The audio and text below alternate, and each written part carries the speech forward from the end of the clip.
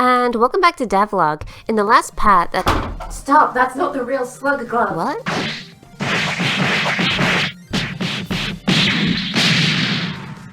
Phew, now that imposter is dealt with, we can begin the video. In the last part I worked on wall mechanics for the character to slide on walls, walk on walls, and in this part I work on ledge mechanics for the character to grab ledges, pull up from ledges, and know what a ledge is. So the first thing we do is handle ledge collision detection. This is very simple. You saw the video where I did the wall slides, didn't you? Didn't you?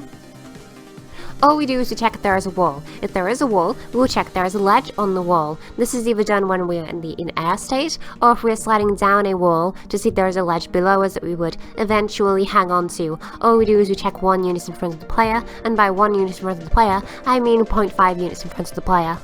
We will check slightly above the player, downwards to see if there is any collision data that we can hang on to. Next, if there is any collision data we can hang on to, we will check if there is a surface around this collision data large enough to hang on to, as in it isn't just a small little point on geometry that we're clinging onto. There's actually a gap specifically put into geometry so that we could hang on to it. In this case, the gap has to be 0.5 units large. This is a small gap considering the player is 2 units large, so if you can see a small gap that size in the game, you can ledge hang onto it. This is the minimum requirements needed for a ledge hang. We will then also check from this point slightly upwards back to the player to make sure there isn't any buggy collision with two-dimensional colliders. With two-dimensional colliders, especially with the edge collider, this is a collision data that is used as just lines that you draw. We can have issues, for example, seeing the inside of a wall as a potential ledge hang. So the reason we check from the ledge back to the player is making sure that if we are checking inside of the wall, we would, in this case, feedback that there was a hit. We have detected that the wall is between the ledge and the player, and we won't use this ledge positioning. Once we have all of these, we'll feed these back to the player. This then sets up the set on ledge script. This script is very simple. It just sets ledge on the player on the ledge state, providing that they can be set on the ledge state. There is only one caveat to not being set on the ledge state, and this is if you are being set on the same ledge collision that you have currently just used. This is an incredibly specific usage for this, and realistically in game, it's never going to happen. This is just to make sure that the player isn't sliding onto a ledge and then hitting onto the ledge and then jumping off the ledge and then somehow going back onto the very same ledge that they are currently on. But it's mostly to make up for buggy collision if the player lets go of a ledge and then re-enters the current ledge that they are currently standing on. Things like that. It's just a little fix to make sure that buggy things don't happen. Once we have been set onto the ledge, we will enter the ledge hang state. The player hangs from the ledge, and nothing else happens.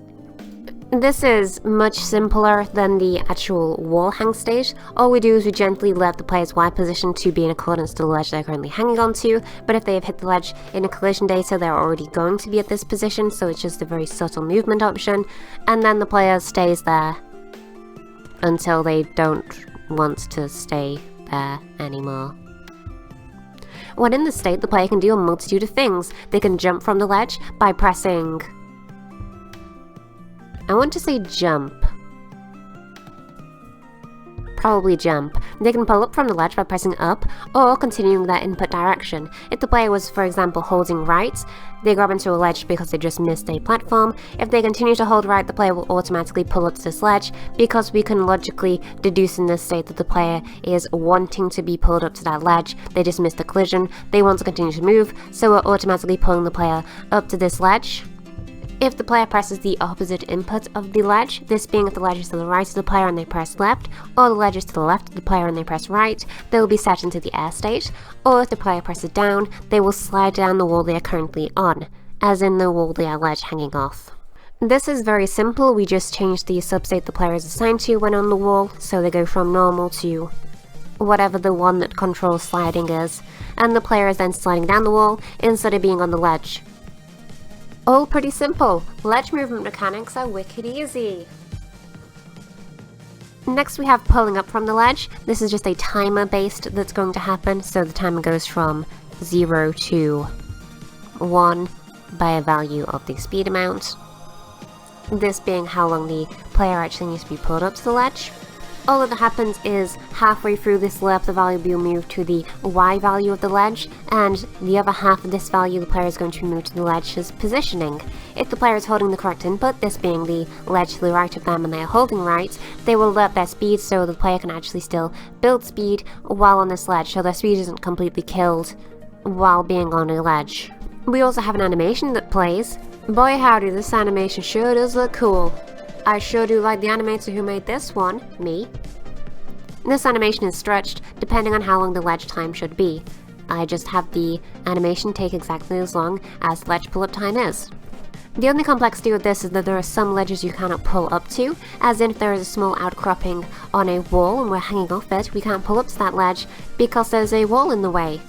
So we just have a collision check to test if the player can actually stand at the position they are being pulled up to. If there isn't any interference with geometry, which if it is a small ledge, then there will be. If there's room for the player to stand, there will not be.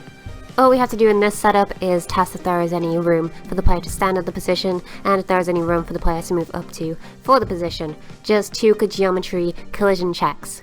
But since I'm making all the levels, I doubt there's ever going to be a situation where the player is going to incorrectly be placed on a ledge and pull up into buggy geometry and clip out of the levels, and that will then be used as a speedrun tactic, and I'll be red in the face. I'll be beet red watching that video happen. And that is the entirety of this devlog. I had it in my notes that this was a much more complicated system, but upon recollection, no, I'm just kind of dumb, I guess. Once again, the same as wall movement, I am happy for this to be an addition into the game, but I always feel like wall and ledge mechanics in games are some of my least favourites. I know it makes movement work better, I know it makes movement more fluid, I know it makes movement better in general, but it is generally from a movement perspective of things I enjoy coding, not really my favourite, most ideal thing to add into the game, and that's why it's not particularly complex and why I have more of a focus on running on walls and doing more movement capabilities to go above walls, in opposed to wall sliding and wall jumping and ledge mechanics, so that I can avoid these systems really being overutilized in games and I don't have to design levels around them. But these mechanics can still be in the game for if the player needs them. I just don't need to design a game around them, is what I'm meaning. Look, if you want to make a wall jumping slide game, that's okay by you. But don't bring it to my devlog, you keep that stuff at home. Anyway, I'm going to go back to playing more Deep Rock Galactic and neglecting animation work for a whole week, so